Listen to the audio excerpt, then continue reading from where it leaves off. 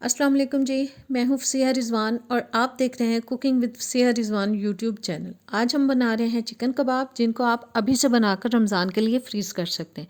इनको हम 1 पाव चिकन से तैयार करेंगे और 1 पाव चिकन से ये मिकदार में इतने ज़्यादा बनेंगे कि आप ख़ुद हैरान रह जाएंगे। तो आइए बिस्मिल्लाह करते हैं जी। सबसे पहले पैन के अंदर मैं डाल रही हूँ कुकिंग ऑयल, जो कि मैं ले रही हूँ तकरीबन 2 टेबल स्पून तक। साथ ही हम इसमें डाल देंगे चिकन का कीमा, जो कि मिकदार में 1 पाव है।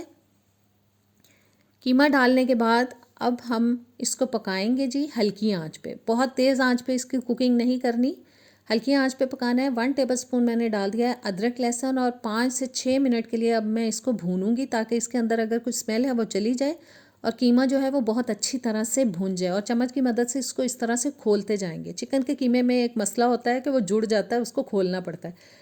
अब मैंने मैशर ले लिया और उसकी मदद से मैंने अच्छी तरह से उसको मैश कर दिया, ताकि वो छोटे छोटे पीसेस में डिवाइड हो जाए और सही कीमे की फॉर्म में आ जाए।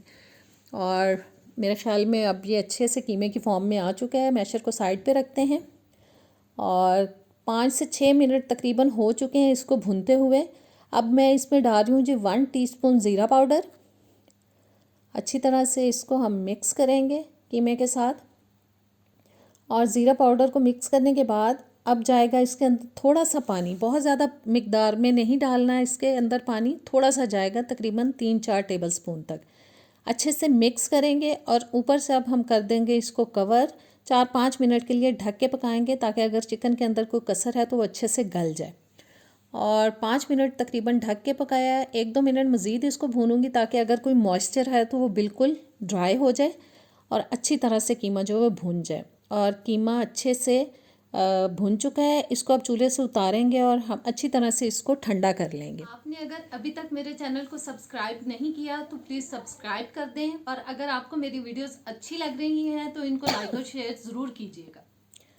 कीमा अच्छी तरह से ठंडा हो चुका है। अब उसके अंदर मैंने डाल दिए हैं 3 से 4 टेबलस्पून कटा हुआ हरा धनिया, 3-4 टेबलस्पून मैंने हरा प्याज डाल दिया है, 2 से 3 अदद हरी मिर्चें डाल दी हैं कटी हुई। तकरीबन आधा कप तक मैंने बंद गोभी ले ली थी बारीक कटी हुई, वो डाली है।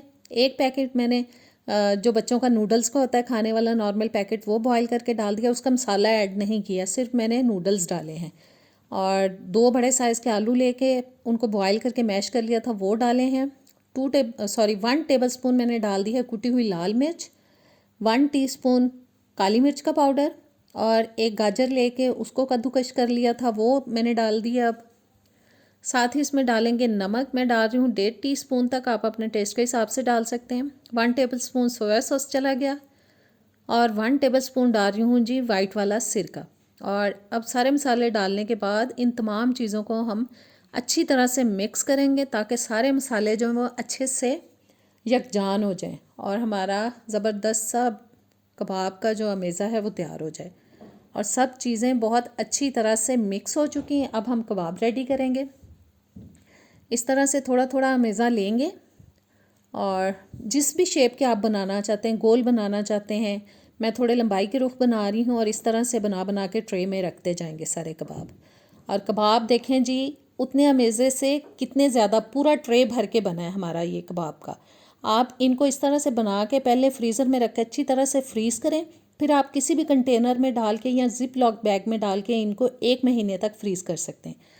और अब चंद कबाब जो हैं हम फ्राई करेंगे। पहले हम लगाएंगे उनको अंडा, और फिर जी हम उनको ब्रेड क्रम्स के अंदर अच्छी तरह से रोल करेंगे।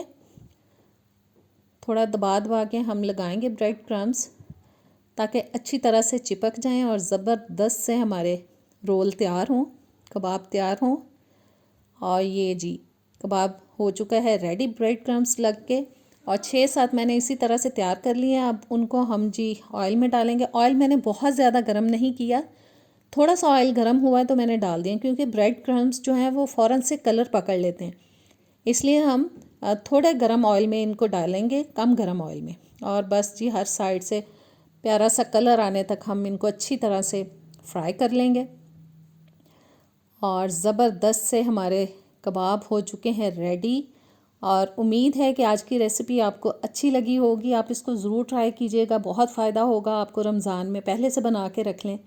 और मुझे नेक्स्ट वीडियो तक दें इजाज़त। इंशाल्लाह ताला अच्छी वीडियोस के साथ मिलेंगे। अल्लाह हाफ़िज़।